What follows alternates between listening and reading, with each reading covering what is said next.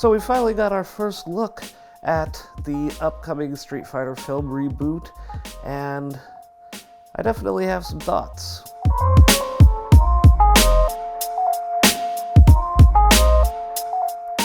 Now, you'll remember how excited I was when the first trailer dropped for the Mortal Kombat reboot that came out a few years ago, and then when the film was finally released, it ended up being just a hair above aggressively okay. I'm gonna try and manage my expectations with Street Fighter, which had its first look come out this past Thursday at the Video Game Awards, and I have to say, this looks like a step in the right direction, guys. I still have some reservations about a few of the cast members. Again, why is Andrew Schultz in this film?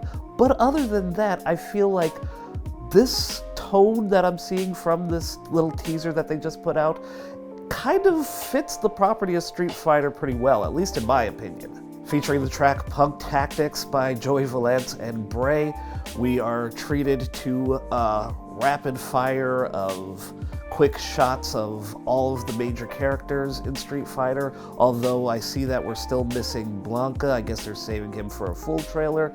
And then it is just non-stop action from start to finish. The tone seems to be favoring a little bit more on the cam side of things, but we're still getting a lot of great shots of characters like Ryu and Ken, as well as Chun-Li, as well as seeing some signature moves from characters like Guile, as well as Zangief, and thankfully Andrew Schultz was on the receiving end of that latter one. And I know there are already some fans online who are complaining about this, and I just think, just off of the small teaser that we're getting, and given the property of Street Fighter, what could you possibly be complaining about? Because as far as I'm concerned, it looks like there's going to be some dope action on display here. We've got some great one-to-one visual representations for some of these Street Fighter characters, and it just looks like it's going to have that vibrance and that color that we know and love from the actual property itself. I mean, the bisexual lighting in this teaser alone looks to be about over 3,000 on the power scale. For years, fans have been complaining about the look of some of these IP genre-related films that have come out. They look washed out, they don't look like they have any type of proper color correction and all sorts of stuff. And now we've gotten this teaser for Street Fighter that looks like, yo, they actually know what color saturation and contrast are, and here you come complaining that it looks like AI. Is that gonna be the lazy excuse we have now for any film that looks like this, but wasn't directed by Christopher Nolan or Denis Villeneuve, or have cinematography by Roger Deakins? We're just going to go ahead and say, this looks like AI. Shut up. Go take a nap, go get someone to change your diaper and get a sippy cup, and just sit down, because I don't want to hear it. Folks over here complaining that they're not taking the source material seriously enough, to which I would say, the fuck? This is Street Fighter we're talking about, people. This is a property featuring a character whose hairstyle was inspired by a whole-ass vacuum cleaner brush attachment. A hairstyle that you all gave Van Damme shit for decades for not rocking in his interpretation of the character, and any attempt to temper the ridiculous elements of Street Fighter were usually met with contempt by the fan base. So you don't get to go to the zoo and be mad because you're seeing some animals now that the new Street Fighter film is giving you something that you claim to always want.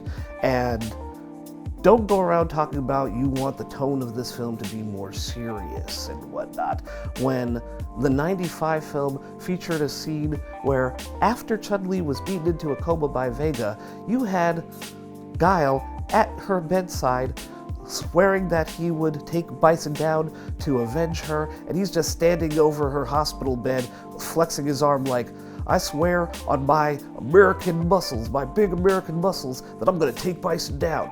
That is the tone of the serious anime film that you claim to want this new live-action Street Fighter to emulate. I'm just remembering when movies like Scott Pilgrim came out and just seeing how that film was able to sort of capture the spirit of these old school fighting games and just that whole feeling of, you know, mashing buttons and fighting your opponent, and just the energy in all of the cuts that they're making in the editing overall, and even taking some influence from Hong Kong action films and just seeing sort of a few fast zoom-ins on characters and whatnot. And very much of it just kind of giving you that overall feeling of what it's like to enjoy that kind of entertainment, to play a fighting game, to watch a Hong Kong action flick, and seeing that being translated into this upcoming Street Fighter film makes me pretty optimistic. I even love how they take the element from the Street Fighter games of Ken just beating the crap out of the car. I don't know how it's going to fit contextually in the film, but the fact that it's there is a nice little nod. Does this make the film automatically good? Of course not. I am still terrified at how much screen time Andrew Schultz ends up having in this film. And as much as I'm forward to looking to David Dastmalchian playing Slim Bison, I do have to knock the teaser for having them include a scene where he's trying to throw back his cape over his shoulders and the cape just falls back in front of his shoulders. And I just thought to myself, you've already got people who are mad that we're not seeing a more hulking presence of an actor play M. Bison. So for y'all to leave that little shot in the trailer, that's a slight knock that I'm going to give it. But with the film not due to come out until next October, I feel like there's still more time to go back and reshoot it, correct this mistake, and all might be forgiven. But other than that, I think I'm a little bit more optimistic about how this film will turn out. There were certain things that I was afraid might happen, especially if you watched my previous video about the cast, but it's nice to see that Dalsim is going to be bald, because I remember seeing that they cast Vijit Jamwell as Dalsim and just thinking to myself, oh, that man is not going to let this production touch that magical hair of his. And sure enough, it looks like I've been proven wrong, although there's a very good chance he could be wearing a bald cap for all we know. That's definitely a possibility, and I may investigate further. But we also have the classic Vega mask on Orville Peck. That was another thing I was worried about. And hell, we even get a scene of him being kicked through a wall. So there's your nod to the 90s anime film for you. I see my girl from the final season of Cobra Kai, Reina Vallandigham, playing Julia in the film, and she looks great, as well as Mel Jarson, who some folks will remember had a very small role in the Mortal Kombat reboot. She is playing Cammy, and both of them look great. They look like they're going to be playing Bison's dolls, if you know about that whole lore. And I just have to say, I hope that Mel Jarson actually gets some lines this time, so if nothing else, good on her for defecting to another fighting game property and playing a far more prominent character.